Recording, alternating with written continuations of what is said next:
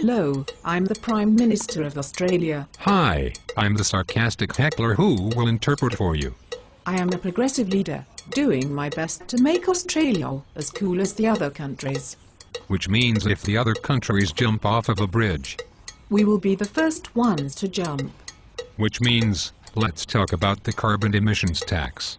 Doesn't this tax make a world of sense? We Australians are killing our planet. We are only 20 million people. Every other third world country has more people than us, and they produce more pollution. They will not be taxed because they are not stupid.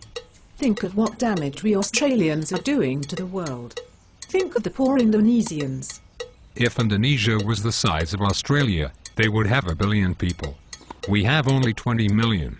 Isn't that irresponsible enough? We must be responsible and make the first move. Your first move was a promise that you would not introduce the carbon tax. Things have changed since I have been voted in as Prime Minister. You weren't really voted in. It was a tie. You were the first one to make lavish promises to the Green parties in order to use their points so you could win the election.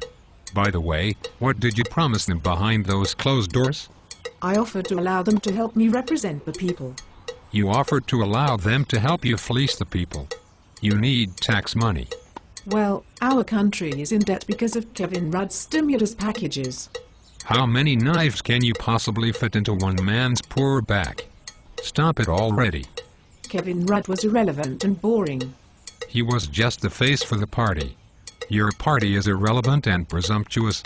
We were mad at the Labour Party, so you switched leaders. Problem is, we were still stuck with the Labour Party. Oh no. We are the face of the people. We are doing what the people want. The people don't want the carbon tax. The Greenies do, but they are only 5% of the population. John Howard changed his mind on the GST. Yes. He changed his mind on the GST and asked for the people's approval. Do you have the people's approval for this carbon tax? Why don't you let the people vote on your change of mind? This is big enough to ruin Australia, you know. I don't need the people's permission to do what is in their best interests. I'm the Prime Minister. I was voted in by the mandate of the people. It was a tie. The candidate who offers the most benefits to the independents wins the election. You sold out Australia in order to rule Australia.